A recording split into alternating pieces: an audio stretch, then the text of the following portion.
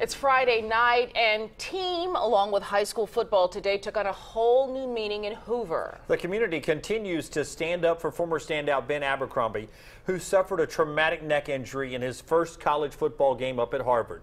CBS 42 News reporter Stefan Dingle is in Hoover, where people there are standing up for Ben.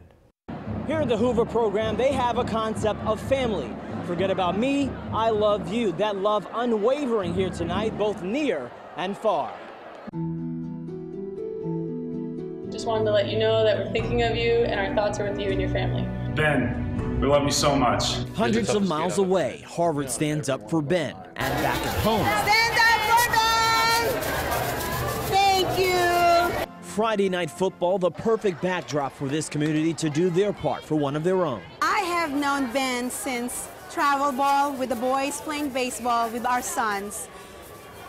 For this to happen to him is just unimaginable. But what is believable is the monetary love and support to stand up for Ben. You'll always be able to come home in Hoover and know that your community will always be behind you, no matter what. Even getting support from students who didn't know Ben that well once he graduated just last year. Our whole Hoover family, every year for homecoming we all come together, and so now that we're coming back to do what we do best, football, we want to highlight Ben as he's going through a hard time. Before tonight's game, a moment for Ben. Lord, you are faithful. All before the Bucs celebrated in victory just as Ben would want them to. Now, the support for Ben not stopping here tonight. On Monday, September 25th, over 50 businesses have agreed to donate 10% of their profits for the day, all towards Ben's recovery. In Hoover tonight, Stefan Dingle, CBS 42 News, local coverage you can count on.